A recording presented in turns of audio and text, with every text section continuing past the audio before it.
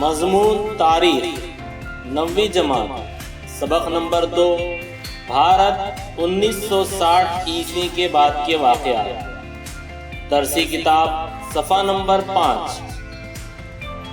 عزیز طلبہ، آج ہم جماعت نہوم کے تاریخ کے سبق نمبر 2، بھارت 1960 عیسوی کے بعد کے واقعات کے حصے دوم کا مطالعہ کریں گے۔ امید ہے آپ نے حصے اول کا ویڈیو دیکھا ہوگا اور تاریخی واقعات کو سمجھنے کی کوشش کی ہوگی۔ تو چلیے حصے دوم کا مطالعہ شروع کرتے ہیں۔ عزیز طلبہ، سبق شروع کرنے سے قبل ہم پڑھے گئے سبق کے حصے کا اعادہ کریں گے تاکہ تاریخی واقعات کو سلسلہ وار سمجھنے میں آسانی ہو۔ عزیز طلبہ، مذکورہ سبق کے حصے اول میں ہم نے جن نکات کا مطالعہ کیا ہے وہ اس طرح ہے: 1960 عیسوی کی دہائی، 1970 عیسوی کی دہائی اور 1980 عیسوی کی دہائی۔ 1960 عیسوی کی دہائی کا جائزہ لیں تو ہم دیکھتے ہیں کہ اس 10 سالہ دور میں کئی اہم واقعات رونما ہو چکے ہیں، جن میں خاص طور پر پنڈت جواہر لال نہرو کے دور میں 1961 عیسوی میں پرتگالیوں سے گوا، دیو اور دمن کو آزاد کروا کر اسے بھارت میں شامل کیا گیا۔ اسی دور میں 1962 عیسوی میں بھارت چین جنگ واقع ہوئی اور 1964 عیسوی میں نہرو کا انتقال ہونے کے بعد لال بہادر شاستری بھارت کے وزیر اعظم بنے۔ ان کے دور میں 1965 عیسوی میں بھارت چین کے درمیان دوسری جنگ ہوئی۔ لال بہادر شاستری نے فوجیوں اور کسانوں کی اہمیت کو اجاگر کرتے ہوئے جے جوان جے کسان کا نعرہ دیا۔ 1966 عیسوی میں لال بہادر شاستری کے انتقال کے بعد اندرا گاندھی بھارت کی وزیر اعظم بنی۔ ان کے دور حکومت میں مشرقی پاکستان میں مغربی پاکستان کی عامیت کے خلاف تحریک چلی، جس میں بھارت نے مشرقی پاکستان کا ساتھ دیا۔ 1970 عیسوی کی دہائی کا جائزہ لیں تو ہم دیکھتے ہیں کہ اندرا گاندھی کے دور حکومت میں 1971 عیسوی میں بھارت پاکستان کے درمیان جنگ ہوئی، جس کے نتیجے میں مشرقی پاکستان نے بنگلہ دیش نام سے اپنا الگ ملک بنا لیا۔ اسی دور میں پرامن مقاصد کے لیے 1974 عیسوی میں راجستھان کے پوکھرن میں زیر زمین کامیاب ایٹمی جانچ کی گئی۔ 1974 عیسوی میں الہ آباد ہائی کورٹ نے فیصلہ سنایا کہ وزیر اعظم محترمہ اندرا گاندھی نے انتخابات کی تشہیر میں سرکاری نظام کا غلط استعمال کیا ہے۔ 1975 عیسوی میں سکم کے عوام نے بھارتی وفاق میں ریاست کا درجہ حاصل کر لیا۔ وزیر اعظم اندرا گاندھی کے خلاف جے پرکاش نارائن کی قیادت میں تحریک چلی اور 1975 سے 77 عیسوی تک قومی ایمرجنسی نافذ کی گئی۔ ایمرجنسی ختم ہونے کے بعد 1977 عیسوی میں عام انتخابات کے بعد جنتا پارٹی کے مورارجی دیسائی وزیر اعظم بنے، لیکن جنتا پارٹی کے اندرونی اختلافات کی وجہ سے انہیں اپنا عہدہ چھوڑنا پڑا۔ ان کے بعد چرن سنگھ وزیر اعظم بنے، لیکن وہ بھی زیادہ دنوں تک اپنے عہدے پر قائم نہیں رہ پائے۔ 1980 عیسوی کی دہائی کا جائزہ لیں تو ہم دیکھتے ہیں کہ 1980 عیسوی میں عام انتخابات ہوئے اور اندرا گاندھی دوبارہ بھارت کی وزیر اعظم بنی۔ اس دور میں پنجاب میں سکھوں نے آزاد خالصتان کے قیام کے مطالبے کے لیے تحریک شروع کر دی۔ جب اس تحریک نے شدت اختیار کر لی تو 1984 عیسوی میں امرتسر کے سورن مندر میں پناہ گزین انتہا پسندوں کو باہر نکالنے کے لیے بھارتی فوج کو بھیجنا پڑا۔ اس کارروائی کا نتیجہ یہ ہوا کہ اندرا گاندھی کو ان کے سکھ محافظین نے قتل کر دیا۔ اندرا گاندھی کے انتقال کے بعد 1984 عیسوی میں راجیو گاندھی بھارت کے وزیر اعظم بنے۔ انہوں نے بھارت کی معیشت اور سائنس و ٹیکنالوجی کے شعبوں میں انقلاب لانے کی کوششیں کی۔ اس کے علاوہ سری لنکا کے اقلیتوں کے مسئلے کو حل کرنے کی کوشش بھی کی گئی۔ اسی دور میں دفاعی اسلحہ اور خصوصاً بوفورس کمپنی کے طویل فاصلے کی توپوں کی خریداری کے سلسلے میں ہونے والی بدعنوانی کے معاملے میں راجیو گاندھی پر کڑی تنقیدیں ہوئی۔ اسی پس منظر میں عام انتخابات ہوئے اور کانگریس کو شکست کا سامنا کرنا پڑا۔ جنتا دل کے وشوناتھ پرتاپ سنگھ وزیر اعظم بنے۔ دیگر پسماندہ طبقات کو تحفظات کی پالیسی ان کی اہم خدمات تسلیم کی گئی۔ ان کے بعد چندر شیکھر وزیر اعظم بنے، لیکن صرف 2 سال میں انہیں بھی اپنا عہدہ چھوڑنا پڑا۔ 1991 عیسوی کے انتخابات کی تشہیر کے دوران سری لنکا کی LTTE نامی تنظیم نے راجیو گاندھی کو قتل کر دیا۔ عزیز طلبہ، اب ہم حصے دوم کا مطالعہ کریں گے۔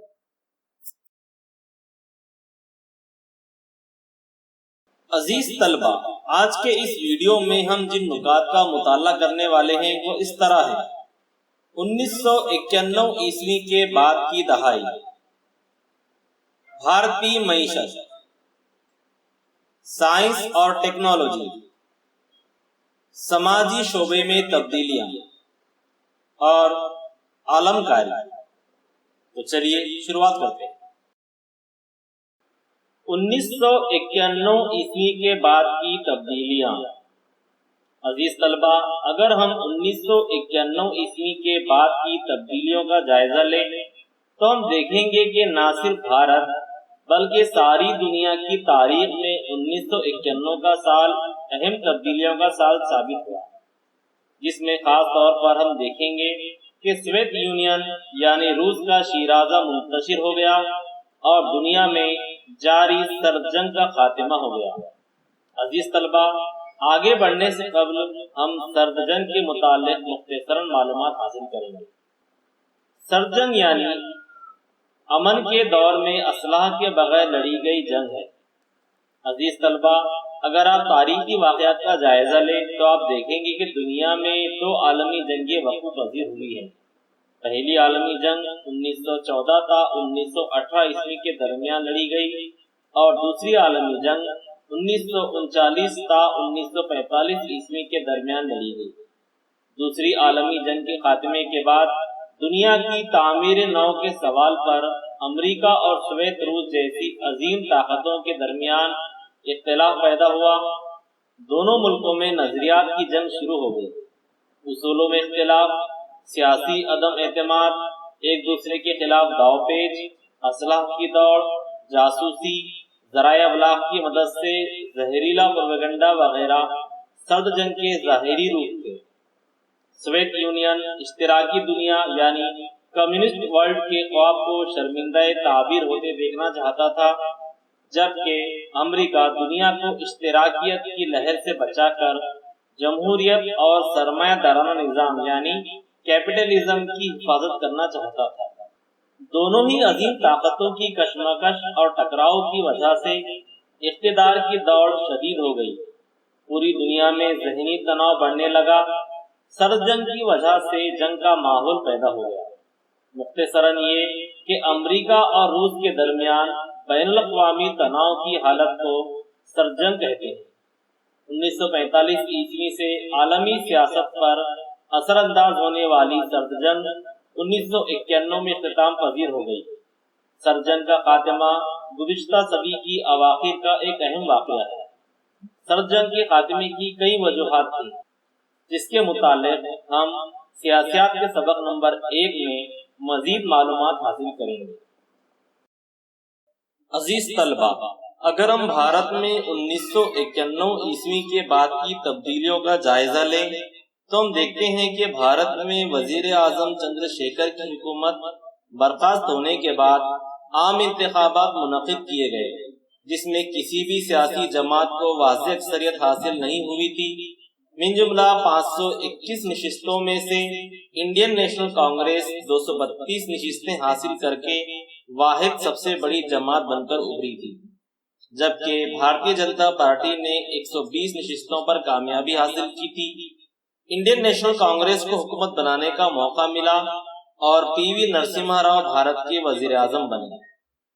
بھارت میں پی وی نرسمہا راؤ کی قیادت میں سرکار نے ملکی معیشت میں کئی اہم تبدیلیاں کی، جس میں خاص طور پر وزیر اعظم نرسمہا راؤ نے وزیر مالیات ڈاکٹر منموہن سنگھ کی معاونت سے بھارت کی معیشت کو عالمی معیشت سے جوڑنے کی حکمت عملی اختیار کی۔ نرسمہا راؤ نے 1991 عیسوی میں بھارت میں جو معاشی پالیسی اختیار کی تھی اس کے متعلق ہم تاریخ کے سبق نمبر 4 میں مزید معلومات حاصل کریں گے۔ اسی زمانے میں رام جنم بھومی اور بابری مسجد کے تنازع نے شدت اختیار کر لی، جس کے نتیجے میں ملک کے بیشتر حصوں میں بے شمار فسادات ہوئے۔ 1996 عیسوی میں عام انتخابات منعقد کیے گئے۔ اس الیکشن میں کسی بھی سیاسی جماعت کو واضح اکثریت حاصل نہیں ہو پائی تھی۔ بھارتی جنتا پارٹی نے 161 نشستوں پر کامیابی حاصل کی، جبکہ انڈین نیشنل کانگریس 140 نشستوں پر کامیابی حاصل کر سکی۔ اس کے علاوہ جنتا دل نے 46 نشستوں پر قبضہ جمایا۔ اس الیکشن کی ایک خاصیت یہ رہی کہ علاقائی پارٹیوں کا عروج نظر آیا۔ علاقائی پارٹیوں نے 129 نشستیں حاصل کی۔ تیلگو دیشم پارٹی، شیو سینا اور دراوڑ منتر کالگم اہم علاقائی پارٹیاں تھیں۔ اس الیکشن میں سب سے زیادہ نشستیں بھارتی جنتا پارٹی کو حاصل ہونے کی وجہ سے صدر جمہوریہ نے انہیں حکومت بنانے کی دعوت دی۔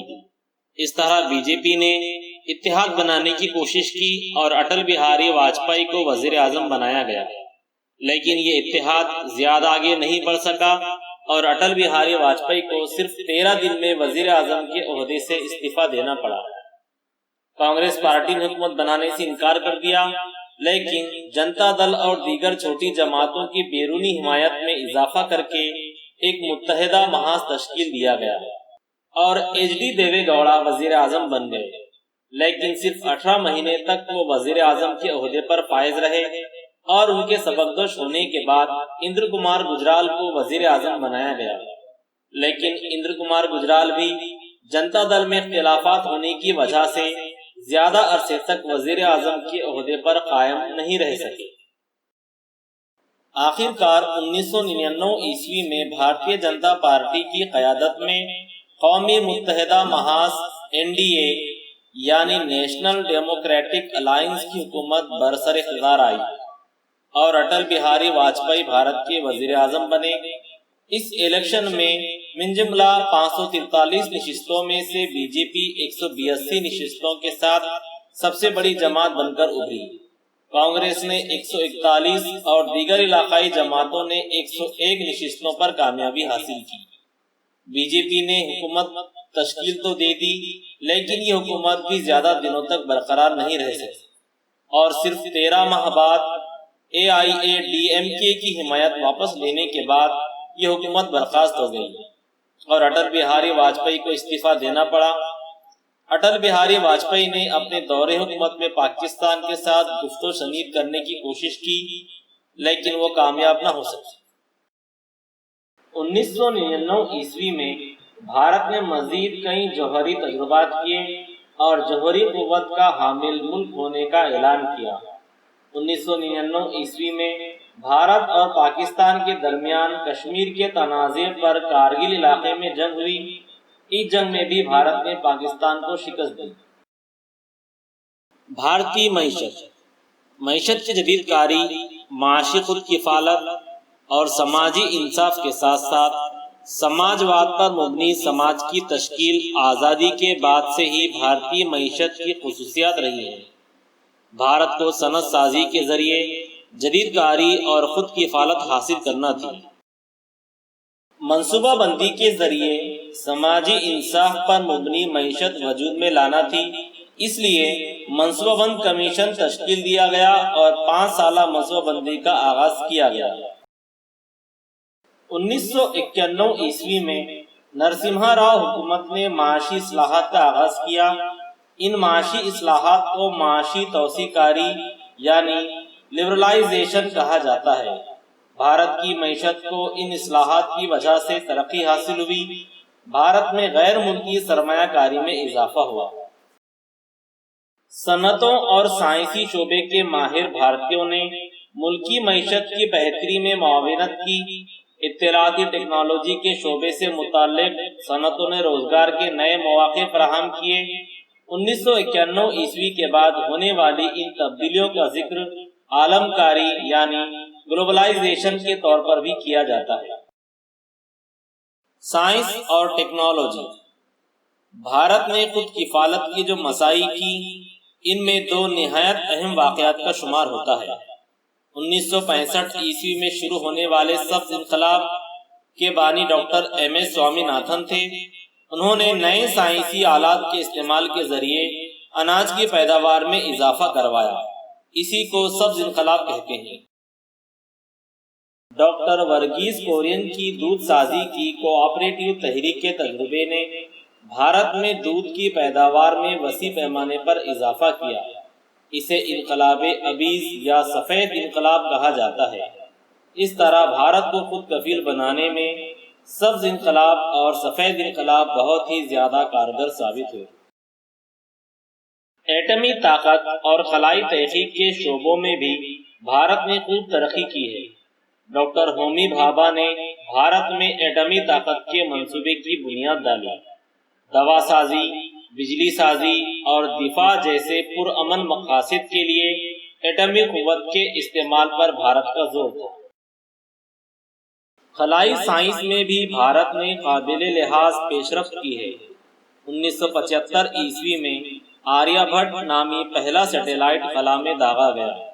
آج بھارت کے پاس ایک نہایت کامیاب خلائی پروگرام ہے، جس کے تحت کئی سیٹلائٹ خلا میں داغے گئے ہیں۔ مواصلات کے شعبے میں بھی اطمینان بخش ترقی ہوئی ہے۔ سماجی شعبے میں تبدیلیاں۔ اسی دوران بھارت میں سماجی شعبے میں بھی کئی اہم تبدیلیاں رونما ہوئی۔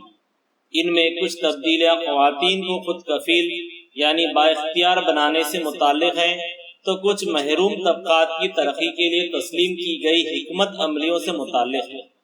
ملک میں بچوں اور خواتین کی ہمہ جہت ترقی کو رواج دینے کے لیے 1985 عیسوی میں وزارت انسانی وسائل کے تحت محکمہ ترقی برائے خواتین و اطفال قائم کیا گیا۔ خواتین کو سماجی انصاف کی ضمانت اور منصوبوں پر عمل آوری میں معاونت کے لیے قانون سازی کی گئی، جن میں امتناع جہیز قانون، مساوی تنخواہ قانون وغیرہ شامل ہے۔ 73ویں اور 74ویں دستوری ترمیم کے ذریعے مقامی انتظامی اداروں میں خواتین کے لیے نشستیں محفوظ کی گئی ہیں۔ دستور سازوں کا خیال تھا کہ ذات پات پر مبنی سماجی نظام کی وجہ سے بھارتی سماج کی کچھ طبقات کو عزت اور مساوی مواقع سے محروم رہنا پڑا ہے۔ اس مسئلے کی حل کی تلاش کے لیے 1953 عیسوی میں کاکا صاحب کالیکر کمیشن نامزد کیا گیا۔ اس کے علاوہ 1978 عیسوی میں پی بی منڈل کی صدارت میں پسماندہ طبقات کے مسائل پر غور و خوض کرنے کے لیے مزید ایک کمیشن نامزد کیا گیا۔ مختلف خدمات اور اداروں میں پسماندہ طبقات کو مناسب نمائندگی فراہم کرنے کی غرض سے تحفظات کی حکمت عملی اختیار کی گئی۔ شیڈول ذاتوں اور پسماندہ یعنی درجہ فہرست قبائل جیسے طبقات کو اعلیٰ ذاتوں کے خوف، تشدد اور جبر سے آزاد رہ کر عزت نفس اور وقار کے ساتھ زندگی گزارنے کے لیے 1989 عیسوی میں حکومت نے انسداد مظالم یعنی ایٹروسٹی قانون نافذ کیا۔ عالم کاری۔ اپنے ملک کی سرحدوں کے پار دیگر ممالک سے تجارت کی آزادی ملے، اس کے لیے دنیا ایک بازار ہو، کسی بھی ملک سے خام مال مل جائے اور تیار شدہ مال فروخت ہو جائے، اس لیے یورپ میں بین الاقوامی تجارت کی تحریک شروع ہوئی۔ بین الاقوامی سیاست میں پوری طرح بدلاؤ آ گیا۔ دنیا میں ایک مرکزی معاشی نظام پیدا کرنے، زیادہ سرمایہ کاری کرتے ہوئے صنعت و حرفت انڈسٹری کو بڑھاوا دینا اور درآمد و برآمد آسانی سے کرنے کے لیے حالات پیدا کرنا عالمگیریت کہلاتا ہے۔ معاشی حالات سے مربوط عالمگیریت آج سماجی، سیاسی، تعلیمی اور ثقافتی شعبوں میں بھی بڑے پیمانے پر تبدیلیاں پیدا کر رہی ہے۔ بھارت نے 1991 عیسوی میں بڑی دلیری کے ساتھ اپنے معاشی نظام کی عالمگیریت کی۔ بھارت میں عالم کاری کی وجہ سے معیشت، سیاست اور ٹیکنالوجی، سماج اور ثقافت جیسے تمام شعبے حیات میں کئی تبدیلیاں رونما ہوئی۔ ان میں سے کچھ تبدیلیوں پر مندرجہ ذیل اقتباسات میں بحث کی گئی ہے۔ عالمی سطح پر بھارت کئی شعبوں میں ایک اہم ملک کے طور پر نمودار ہوا۔ بھارت نے مختلف بین الاقوامی تنظیموں کی رکنیت حاصل کی، جس میں ایک تنظیم ہے G20۔ G20 یا گروپ آف 20 19 ممالک اور یورپی یونین کی حکومتوں اور مرکزی بینک کے گورنروں کے لیے ایک بین الاقوامی فورم ہے۔ بین الاقوامی مالیاتی استحکام کے فروغ سے متعلق پالیسی پر تبادلہ خیال کرنے کے لیے 1999 میں قائم کیا گیا تھا۔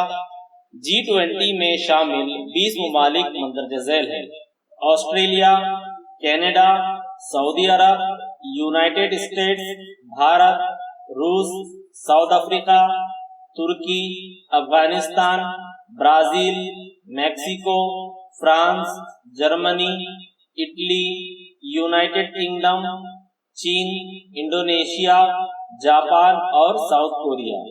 یہ سبھی ممالک G20 کے رکن ہیں۔